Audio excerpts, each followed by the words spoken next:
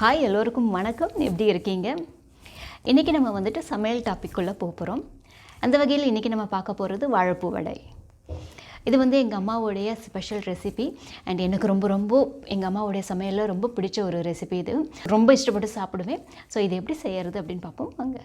இதுக்கு தேவையான பொருள் கடலைப்பருப்பு, காஞ்ச மிளகாய், வாழைப்பூ. கடலைப்பருப்பு நான் வந்து 2.5 கை எடுத்திருக்கேன். காஞ்ச மிளகாய் நம்ம காரத்துக்கு தகுந்த மாதிரி எடுத்துக்கலாம். அண்டு வாழைப்பூ, இது மாதிரி வாழைப்பூ வந்துட்டு க்ளீன் பண்ணி வச்சுக்கணும். இப்போ இந்த கடலைப்பருப்பையும் காஞ்ச மிளகாவையும் ஒரு மணி நேரத்துக்கு நான் வந்துட்டு ஊற வைக்க போகிறேன். வாழைப்பூவை நல்லா வந்துட்டு கொதிக்கிற தண்ணியில் போட்டு நல்லா வேக வச்சு எடுத்து வச்சுக்கணும். இப்போ நம்ம ஊற வச்சு வச்சுருக்கிற கடலைப்பருப்பையும் காஞ்ச மிளகாவையும் மிக்சியில் போட்டு அரைச்சி எடுத்துக்க போகிறோம். இதை வந்து அதிகமாக தண்ணி சேர்த்துக்காமல் கொஞ்சம் வந்துட்டு ட்ரையாக இருக்கிற மாதிரி, அதே நேரம் கொஞ்சம் கொரகொரப்பாகவும் அரைச்சி எடுத்துப்போம். நிறையா தண்ணி சேர்க்க வேணாம். தண்ணி சேர்த்தோம்னா வடை நமக்கு சரியான பதத்தில் வராது. ஸோ இப்போ நமக்கு வந்துட்டு வடை மாவு ரெடி ஆகிடுச்சு. இப்போ இந்த பதத்தில் நான் அரைச்சிருக்கேன்.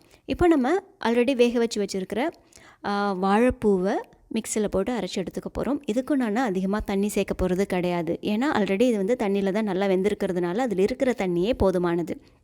அதனால் தனியாக எக்ஸ்ட்ராலாம் தண்ணி ஊற்ற போகிறது கிடையாது. இதில் வந்து நான் கொஞ்சம் உப்பு மட்டும் சேர்த்துக்கிறேன். இப்போது மீதி உப்பு வந்துட்டு 2 மாவையும் வந்துட்டு மிக்ஸ் பண்ணும்போது சேர்த்துப்போம். இதையும் வந்து கொஞ்சம் கொரகொரப்பாக இருக்கிற மாதிரி தான் அரைக்க போகிறேன். ஸோ நான் வழவழப்பாக அரைக்க வேண்டாம். இந்த பதத்தில் அரைச்சிப்போம். இப்போ இந்த 2 மாவு ரெடி ஆகிடுச்சு. இது ரெண்டையும் நம்மளாம் மிக்ஸ் பண்ணி வச்சுப்போம். இப்போ நமக்கு உப்பு செக் பண்ணிப்போம். உப்பு பத்தலை அப்படின்னா கொஞ்சம் உப்பு சேர்த்துப்போம். அதே நேரம் காரம் பத்தலை அப்படின்னாலும் ஒரு பச்சை மிளகாயை நல்லா பொடியாக நறுக்கி இதோட மிக்ஸ் பண்ணிக்கோங்க. அண்டு சோம்பு சேர்த்துக்கலாம். சோம்பும் வந்துட்டு ரொம்ப டேஸ்டியாக இருக்கும். அதுவும் ரொம்ப நல்லாயிருக்கும். இப்போ நமக்கு மாவு ரெடி ஆகிடுச்சு.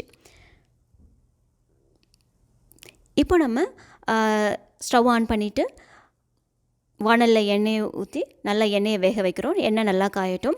எப்போயுமே வந்துட்டு எண்ணெய் காயிற வரைக்கும் கொஞ்சம் ஹையில் வச்சுப்போம். நல்லா எண்ணெய் காஞ்சதுக்கப்புறம் அதை வந்து மீடியமில் வந்துட்டு மாற்றிப்போம். இல்லை மீடியத்தை விட இன்னும் கொஞ்சம் கம்மியாக கூட மாற்றிப்போம்.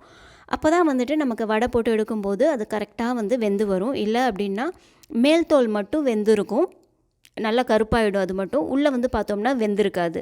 அதனால் எப்போயுமே வந்துட்டு எண்ணெய் காயிற வரைக்கும் நல்லா ஹையில் வச்சுப்போம். நல்லா எண்ணெய் காஞ்சதுக்கப்புறம் அதை வந்து மீடியமுக்கு மாற்றிப்போம். இப்போ நம்ம வடையை தட்டி இதில் போட்டாச்சு. இப்போ வடை ரெடி ஆகிட்டுருக்கு. இது 2 பக்கமும் வந்து திருப்பி விடுவோம். கொஞ்சம் நேரம் வெயிட் பண்ணுவோம். 2 பக்கம் திருப்பி விடுவோம். 2 பக்கமும் நல்லா வேகட்டும். ரொம்ப வந்துட்டு ரொம்ப எண்ணெயில் இருக்க விட வேணாம். ரொம்ப அது வந்துட்டு ஒரு மாதிரி கருப்பாக போயிடும். அதனால் ரொம்ப எண்ணெயிலையும் இருக்க விட வேணாம். கரெக்டான பதத்தில் வெந்ததுக்கப்புறம் அதை நம்ம எடுத்துருவோம். இப்போ நமக்கு வடை ரெடி ஆகிடுச்சு. ஸோ பாருங்கள், இது கருப்பாகவும் ஆகலை, நல்லா வெந்தும் இருக்குது. வடை ரெடி ஆகிடுச்சு.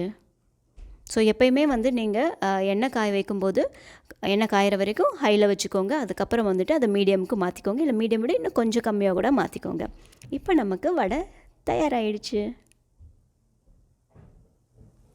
டேஸ்டியான வாழைப்பூ வடை ரெடி ஆகிடுச்சு. ரொம்ப சிம்பிள். இது 4 இன்க்ரீடியன்ட்ஸ் தான். கடலைப்பருப்பு, காஞ்ச மிளகாய், வாழைப்பூ, அப்புறம் தேவையான அளவு உப்பு, அவ்வளோதான். வெங்காயம்லாம் இதில் போடணும்னு தேவையே கிடையாது. ஸோ ஈஸியான சிம்பிளான டேஸ்டியான வாழைப்பூ வடை ரெடி ஆகிடுச்சு. இது எங்கள் அம்மாவுடைய ரெசிபி. Miss my mom. நீங்கள் இதை செஞ்சு பாருங்கள். செஞ்சு பார்த்து எப்படி இருந்தது அப்படின்னு எனக்கு கமெண்ட் பண்ணுங்கள். மீண்டும் உங்களை அடுத்த வீடியோவில் சந்திக்கிறேன். நன்றி. தொடர்ந்து இந்த சேனலை பாருங்கள். இன்னும் நிறைய இன்ட்ரெஸ்டான டாப்பிக்கில் இன்ட்ரெஸ்டான வீடியோஸ் வரவிருக்கு. சப்ஸ்கிரைப் பண்ணாதவங்க சப்ஸ்கிரைப் பண்ணுங்கள். அண்ட் பெல் பட்டனை ப்ரெஸ் பண்ணுங்கள். அப்போ தான் நான் புதுசாக வீடியோஸ் அப்லோட் பண்ணும்போது உங்களுக்கு நோட்டிஃபிகேஷன் வரும். இந்த வீடியோ உங்களுக்கு பிடிச்சிருந்ததுன்னா லைக் பண்ணுங்கள், உங்கள் ஃப்ரெண்ட்ஸ் கூட ஷேர் பண்ணுங்கள். அண்ட் இந்த வீடியோ எப்படி இருந்தது அப்படின்னு கமெண்ட் பண்ணுங்கள்.